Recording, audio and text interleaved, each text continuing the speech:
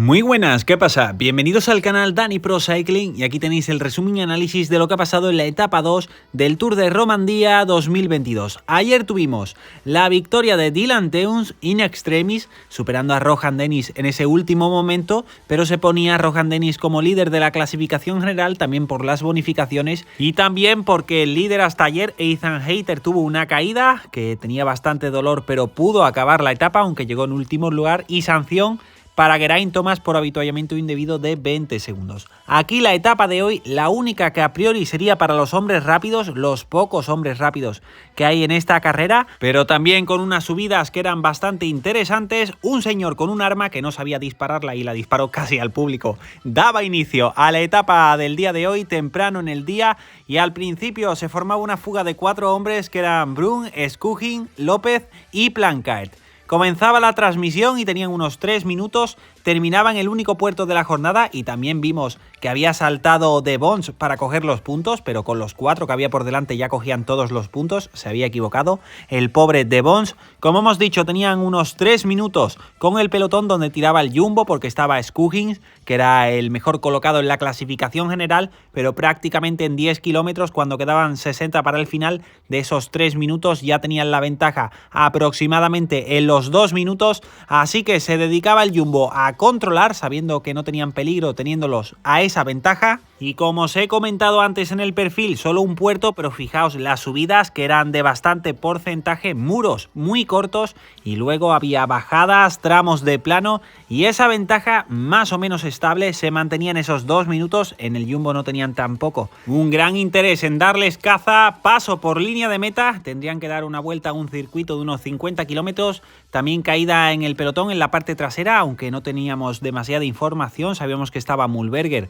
porque después los vimos en las cámaras. Seguían estos distintos muros, estas cotas no puntuables, la ventaja se mantenía en esos 2 minutos, incluso en un momento subió a los 2 minutos y medio, había embudos también en este pelotón donde seguía el Jumbo en cabeza, pero lo dicho, ningún otro equipo tiraba, no había grandes sprinters en esta carrera. Uno de ellos, de los sprinters puros, era Fernando Gaviria, que tenía un problema mecánico después de esta cota y lo veíamos haciendo un esfuerzo para llegar. El pelotón iba relativamente tranquilo y Gaviria también tenía a algún compañero que le ayudó a poder llegar sin problemas al pelotón y empezamos a ver un cambio de tercio. Una vez que llegaba a Gaviria se ponía el propio UAE a tirar. También entraban algunos equipos como el DSM a colaborar y otros equipos también delante que querían estar bien colocados. Se fragmentaba la fuga, era Planckaert el primero que se caía, también López, porque había arrancado por delante Skuggins y le aguantaba Brun. A sus ruedas se iban los dos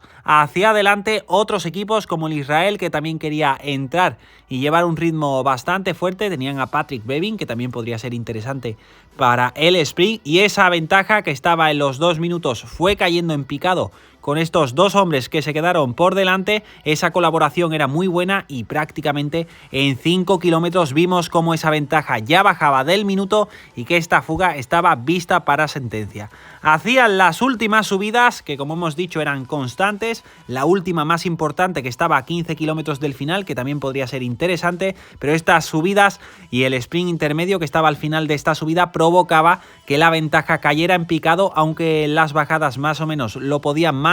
Entraba también el Ineos, parecían que querían preparar este final para las opciones de Ethan Hayter y en estos tramos de subida primero daban caza a los 2 de la fuga y veíamos que el ritmo era muy fuerte porque se estaban empezando a quedar bastantes hombres por detrás. Objetivo, quemar a los hombres más rápidos, sobre todo en la última subida a 15 kilómetros del final, para que Ethan Hayter pudiera tener más opciones en el sprint, y comenzaba esa subida final, sobre todo Brandon Rivera y Andrei Amador, que imponían un ritmo altísimo y lo veíamos porque el pelotón iba totalmente estirado. Se quedaba uno de los hombres rápidos como eran Esan Vernon, que veíamos que se quedaba con varios compañeros, pero que si conseguía llegar lo iba a tener bastante difícil para tener fuerzas para sprintar, pero no pudo volver a contactar. Hacían esta subida a 13 kilómetros del final, afrontaban la bajada y ya los últimos kilómetros, que sí eran algo más planos, y ya en estos últimos kilómetros entrábamos en los 7 últimos,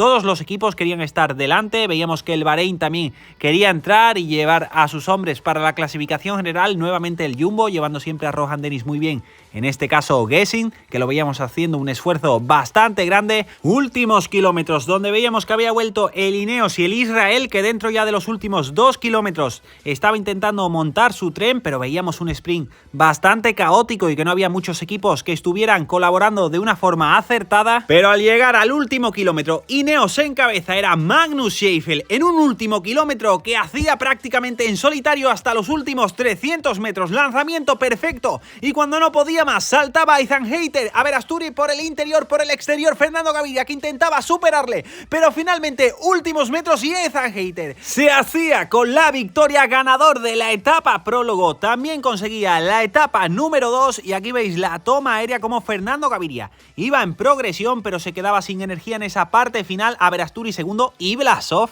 en cuarto lugar, y cómo ganaba Ethan Hayter y mandaba callar a sus detractores después de que ayer lo criticaran, y creo que con muchísima razón, de que no estaba bien colocado y por eso perdió otra oportunidad de conseguir una victoria de etapa, porque el final de ayer que picaba para arriba también le iba perfecto. Victoria de etapa para Ethan Hayter, aquí el top 10 con Hayter, a ver Asturi, Gaviria, Blasov, Quinn, Hermans, Art, O'Connor, Grosjean y Kruijswijk. Y también la clasificación general con Dennis, Grosjean,